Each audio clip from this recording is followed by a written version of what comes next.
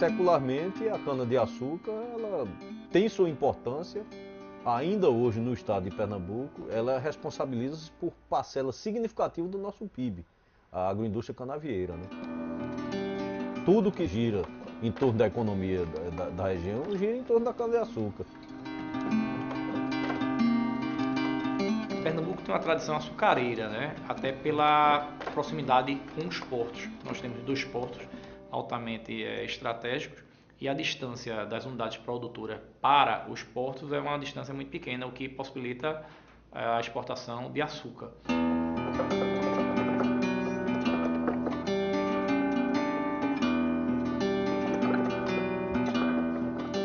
A Paraíba e Pernambuco, Alagoas são estados bem promissores, são os estados que são bem adaptáveis ao plantio de cana-de-açúcar devido à fertilidade das terras, à argilidade das terras apropriadas para o plantio da cana-de-açúcar.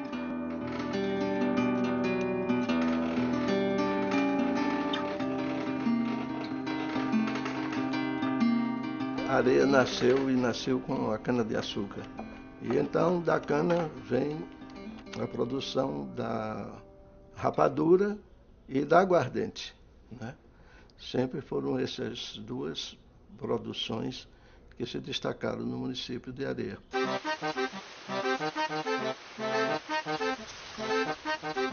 A cana ela tem um ciclo, a cana é uma cultura perene, é uma gramínea perene, semi-perene. Quando a gente corta a cana, ela rebrota. Ela rebrota naturalmente, desde que tenha umidade no solo. Geralmente nessa região nossa aqui a gente começa a moagem em setembro. Setembro a gente começa, vai até fevereiro. É esse período de moagem e tem o restante que a gente chama de entre-safra. 5 meses ou 6 meses de moagem, 6 meses também de entre-safra.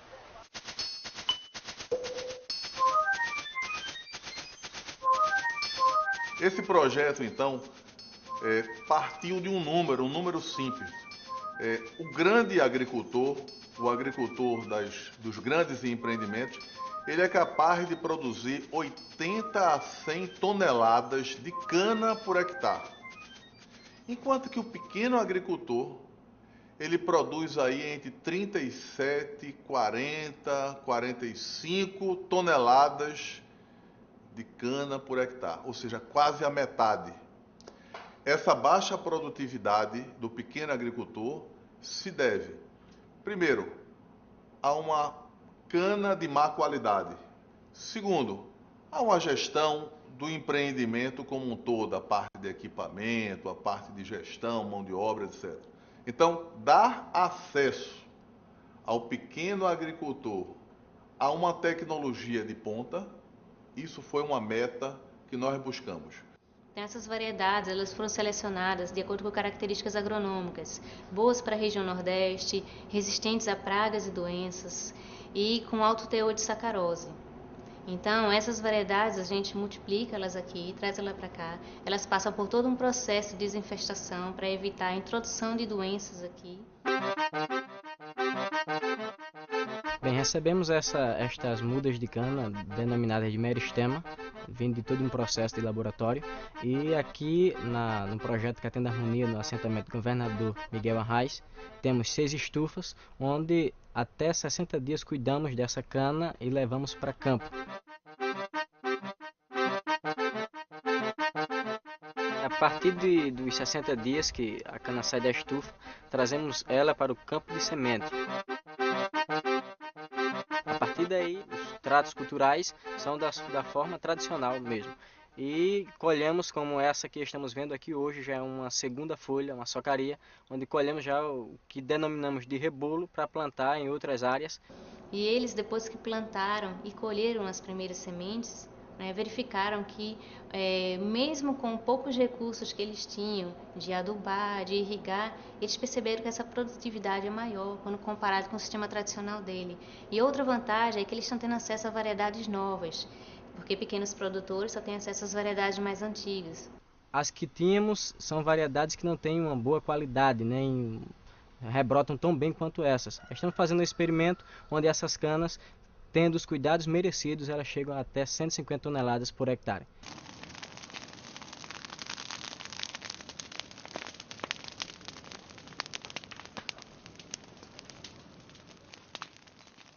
Na verdade, existem uma série de estudos e uma série de trabalhos que apontam justamente o fato de que a queimada ela acaba, né, degradando a matéria orgânica, né, a microfauna que está no solo, né, e além do que ela gera em termos de fumaça, CO2, fuligem, que tem repercussões até do ponto de vista de saúde. Só que esse processo ele não é tão simples de ser resolvido, porque o próprio ser humano, quando ele corta a cana manualmente, ele pode ser altamente maculado, já que a cana ela tem no limbo alguns minerais como sílica, silício, que podem cortar o ser humano. Então fica muito difícil a pessoa cortar a cana crua. Segundo, é a questão da mecanização da cana. Essa mecanização ela ia, com certeza, retirar centenas e milhares de empregos de pessoas que sobrevivem praticamente desse tipo de trabalho. A mecanização no campo, ela encontra limites no estado de Pernambuco devido à sua topografia, né? Tem áreas bastante acidentadas. No nosso caso, por exemplo, permite uma mecanização acima de 40%, mas tem sempre a questão que se esbarra, a questão social. Cada máquina desemprega de 80 a 100 homens, dependendo da sua eficiência. E nós sabemos que toda a nossa região é muito carente em emprego, né? Há um apelo sempre social muito grande em relação à empregabilidade, principalmente do cortador de cana.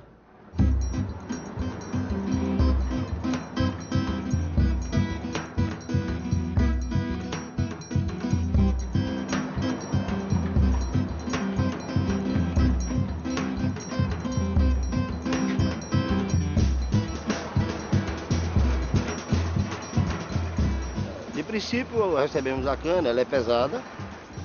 Em seguida, ela passa no processo de análise de sacarose, tem feito a sondagem para tirar a amostra. A cana ela é paga por teor de sacarose. Então ela é sondada, é tirada a amostra. Em seguida, o carro se dirige ao estoque da casa de cana, é descarregado e entra em processo de desfibração da cana.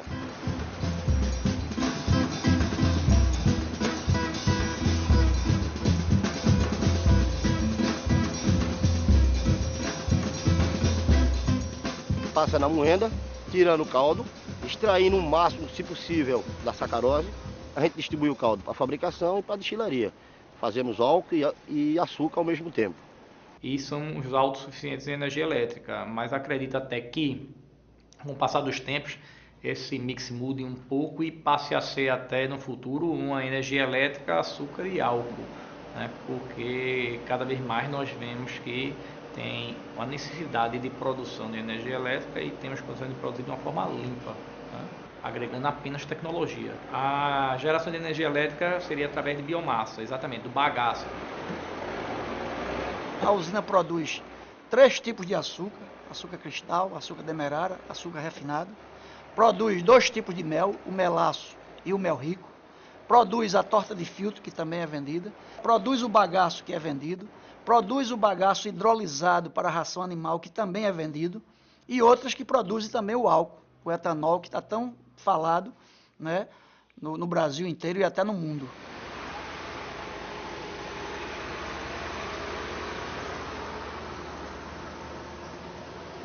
É um negócio muito grande que envolve transporte, que envolve indústria, que envolve área agrícola e que envolve alguns aspectos, áreas públicas, parapúblicas, eu diria, na medida em que você tem tarefas do poder público, porque você tem distritos, você tem cidades extremamente populosas que dependem, às vezes, de ações da usina para continuar tendo o emprego, para continuar tendo a renda. A usina hoje é um fator de estabilidade social. Não é o Estado que estabelece aqui isso, não. Quem estabelece aqui hoje, a função social aqui é a usina. Então não pode uma usina dessa fechar. Se fechar é uma catástrofe para a região. Elas ficaram tão grandes que elas têm que funcionar, têm que existir, porque senão a situação fica preta. Você não sabe o drama para o município quando fecha uma usina dessa. Pernambuco já teve mais de 70 usinas, hoje tem 27. Mas essas são melhores do que aquelas que existiam, né? E ganham dinheiro. Isso é que é verdade. Porque hoje não tem mais ajuda nenhuma do governo. Acho que estão no vermelho, tem que fechar. Já fecharam muito, fecharam mais de 50 usinas.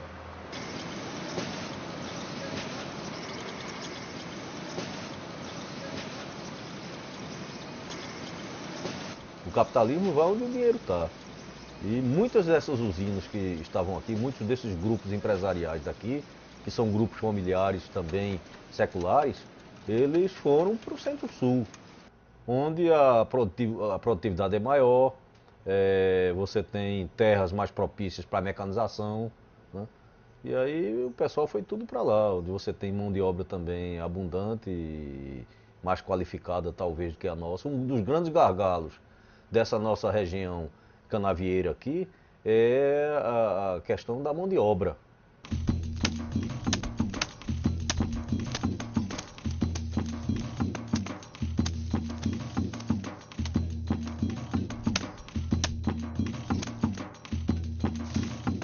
Todas as culturas, quem mais emprega é cana-de-açúcar.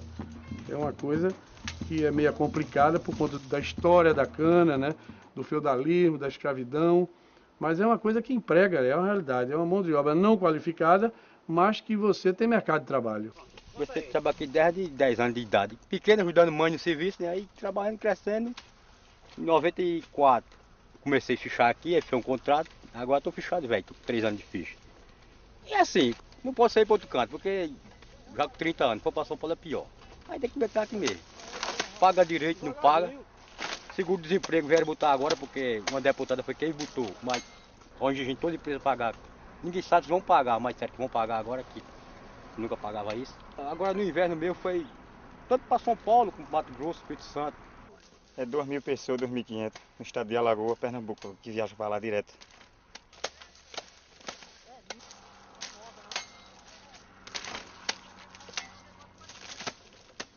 Essas pessoas, elas trabalham no extremo.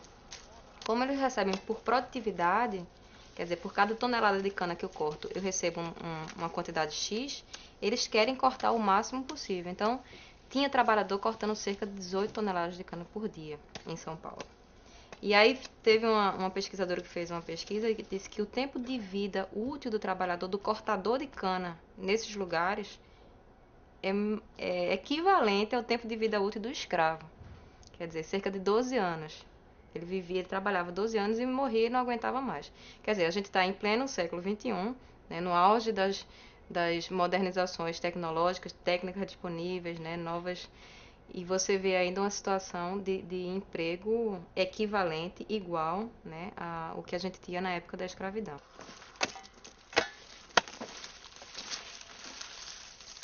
A cana-de-açúcar não é o corte somente da cana-de-açúcar, você tem 1001 subprodutos da cana-de-açúcar que podem ser explorados. Você pode explorar muito bem o bagaço da cana-de-açúcar, você tem o vinhoto para você explorar, e tem outros e outros subprodutos da cana-de-açúcar, como cachaça, como rapadura. São através desses arranjos produtivos locais onde você tem chance de você gerar emprego, você gerar renda para essa população. Uma população que vive em função hoje ainda de uma atividade secular que é uma atividade temporária, uma atividade sazonal. Você passa alguns meses do ano onde uma massa de mais de 100 mil trabalhadores fica desempregada.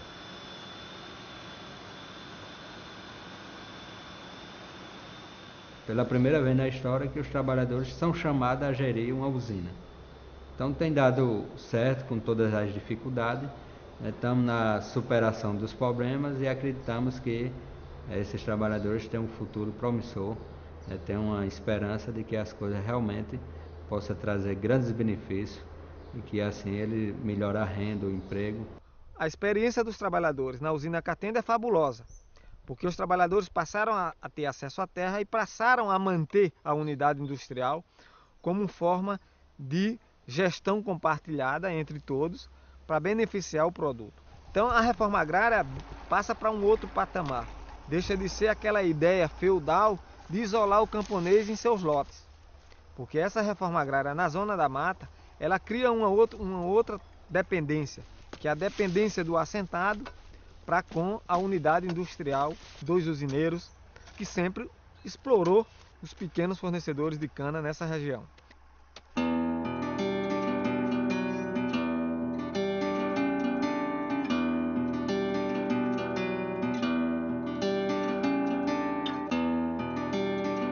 A cana-de-açúcar ela toma espaço, tomou, né, espaço, toma espaço da vegetação, inclusive por áreas que a legislação restringiria, né? Ou seja, as áreas de mata ciliar, as áreas próximas aos cursos d'água. E se a gente observa nas áreas que a gente caminha, né, na zona da mata, a cana chega na beira do rio, a cana chega na beira da estrada, né?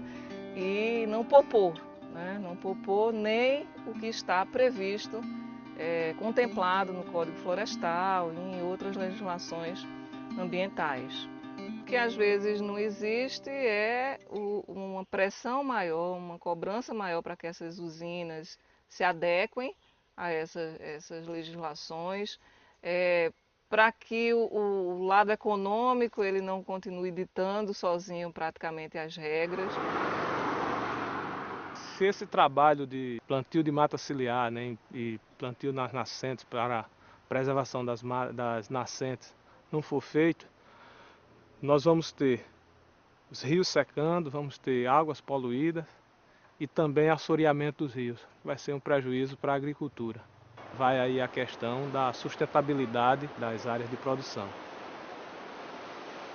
Bem, aqui nós estamos no Centro de Produção de Mudas Cucaú, é de onde nós formamos nossas mudas para devolvermos ao seu habitat natural, no caso a Mata Atlântica e a Mata Ciliar. O ritmo com o qual essas mudanças e essas adequações e essa absorção mesmo de tecnologias, né, menos poluentes, processos, né, que são chamados os mecanismos de desenvolvimento limpo, sejam incorporados, é que o ritmo ainda é lento.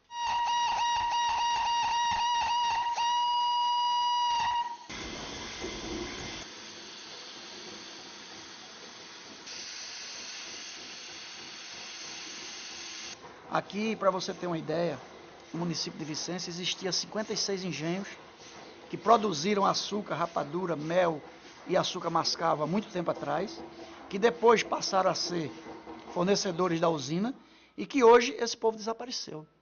Eles saíram, venderam, arrendaram, estão em outras atividades e quem assumiu tudo isso foram as usinas. Está acontecendo na Zona da Mata justamente o contrário que era para acontecer. Está havendo uma reforma agrária ao contrário. As usinas adquirindo essas terras dos fornecedores, comprando e também arrendando essas terras, concentrando cada vez mais riqueza na mão de poucos.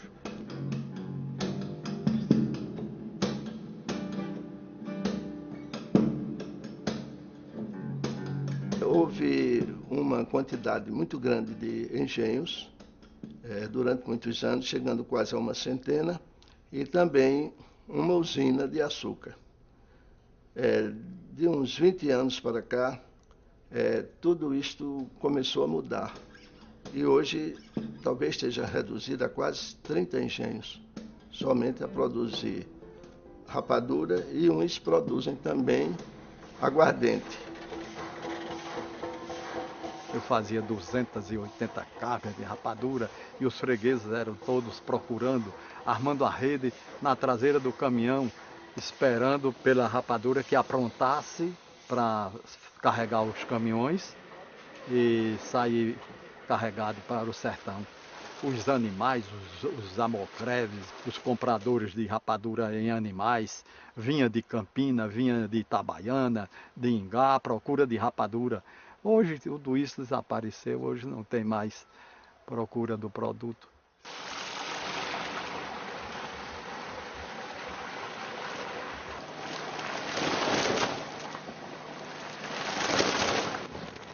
Porque a rapadura também foi um alimento das populações, das pessoas de baixa renda. Hoje nós também estamos fazendo a rapadura com mais higiênico, né? Com tamanhos menores, onde você possa degustá-la no seu apartamento sem precisar estar quebrando com facão ou coisa parecida. Basicamente, a atividade principal da propriedade ainda é a cana-de-açúcar. Mas nós diversificamos um pouco, nós temos aqui uma criação de gado mestiço, mestiço da raça holandesa. Nós produzimos leite aqui e temos aqui um queijo artesanal, um ricotone e queijo manteiga. Também uma produção de flores tropicais. Então nós procuramos então diversificar um pouco a produção canavieira com essas outras atividades para poder dar suporte também, diversificar um pouco as ações aqui da propriedade.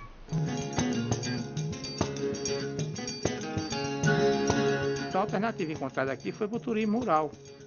Então você consegue fazer alguma coisa em relação ao turismo. Então essa parte que eu tenho hoje coordenada como multidisciplinar, a base é a história. Porque tem a casa de pulgar, aí a pessoa tem uma vivência aqui de passar um dia por aqui. Tem as trilhas, agora tem a parte de plantas medicinais, tem essas coisas que vão agregando valores. O turismo rural ele surge como uma tendência muito forte atualmente, que traz justamente o resgate a essas raízes, né? Raízes sociais, raízes históricas, raízes econômicas. Com o grande número de engenhos que há em Pernambuco, há a possibilidade desses alunos terem essa experiência e entenderem, principalmente na prática, todo o processo histórico pelo qual o nosso país passou. E através desses engenhos a gente pode trabalhar esses conteúdos em sala de aula. Os professores de geografia e de história trazem os alunos aqui e os professores também das universidades de turismo. Trazem os alunos aqui para conhecer esse pedacinho da história de Pernambuco que a gente conserva tão vívido aqui dentro do engenho há 115 anos.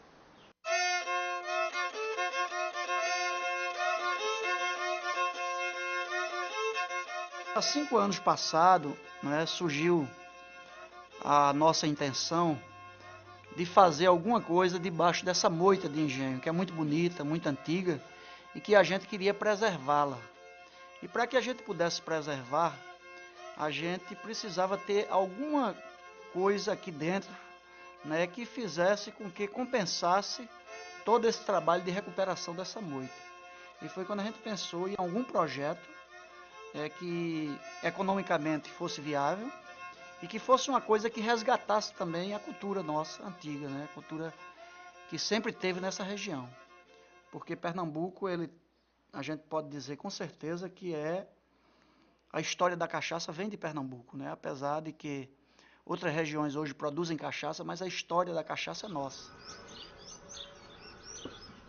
Os engenhos que faziam açúcar, que era o açúcar bruto, açúcar demerara, açúcar mascavo, para concentrar o caldo, eles limpavam o caldo.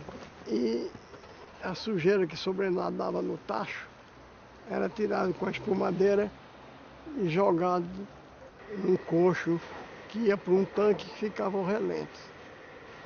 E como tinha um pouco de açúcar, era doce.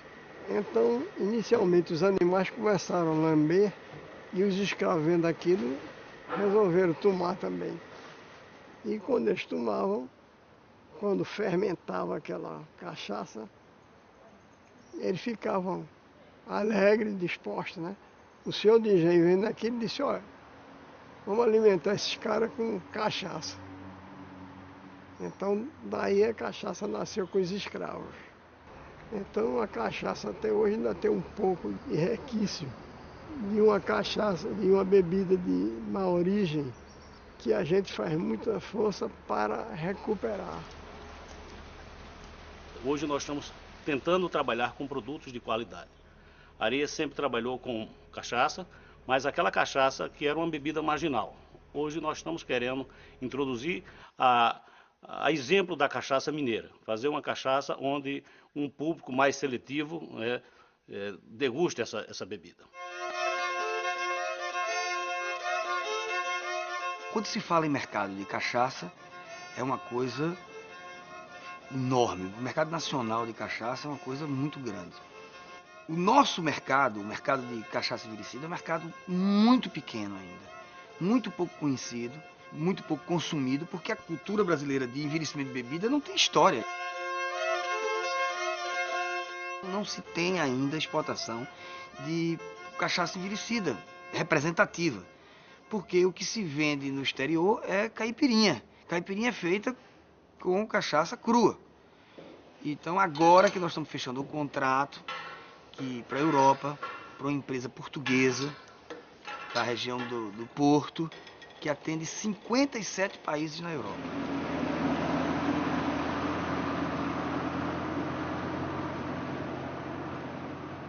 Se fala muito na questão do etanol agora, que vai melhorar para nós, mas eu particularmente eu tenho minhas dúvidas, porque o Brasil está para montar aí, não sei se vocês já ouviram, mas mais de 80 usinas vão ser montadas no Brasil inteiro. E tudo isso, a maioria, no centro-sul, no sudeste, no sul do país. E isso a gente não tem condições, nós nordestinos, de competir com a produtividade e com a questão climática da região sul e sudeste. Eu acho que isso vai beneficiar o trabalhador, o fornecedor, a usina. Isso é um efeito dominó. Se a coisa é boa, melhora para todo mundo. Se a coisa é ruim, piora para todo mundo. Mas vejo isso um futuro brilhante. Acho que isso é uma realidade. O mundo quer álcool.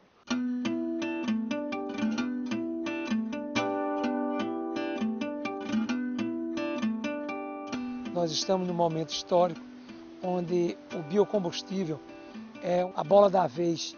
Não é por acaso que nações bem mais desenvolvidas do que o próprio Brasil tenham um interesse imenso sobre essa gestão desse biocombustível.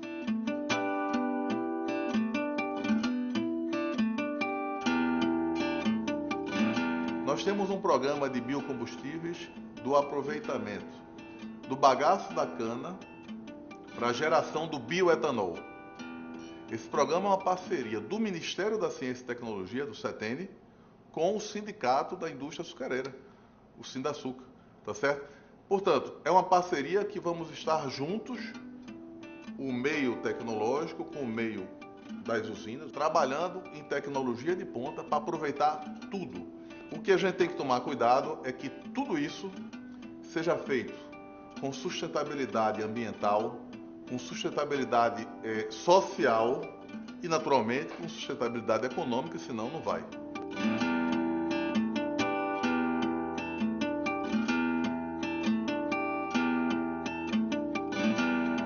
A cana-de-açúcar, por sua tradição, por sua produção organizada, é um biocombustível mais viável, já no presente e no futuro mais ainda.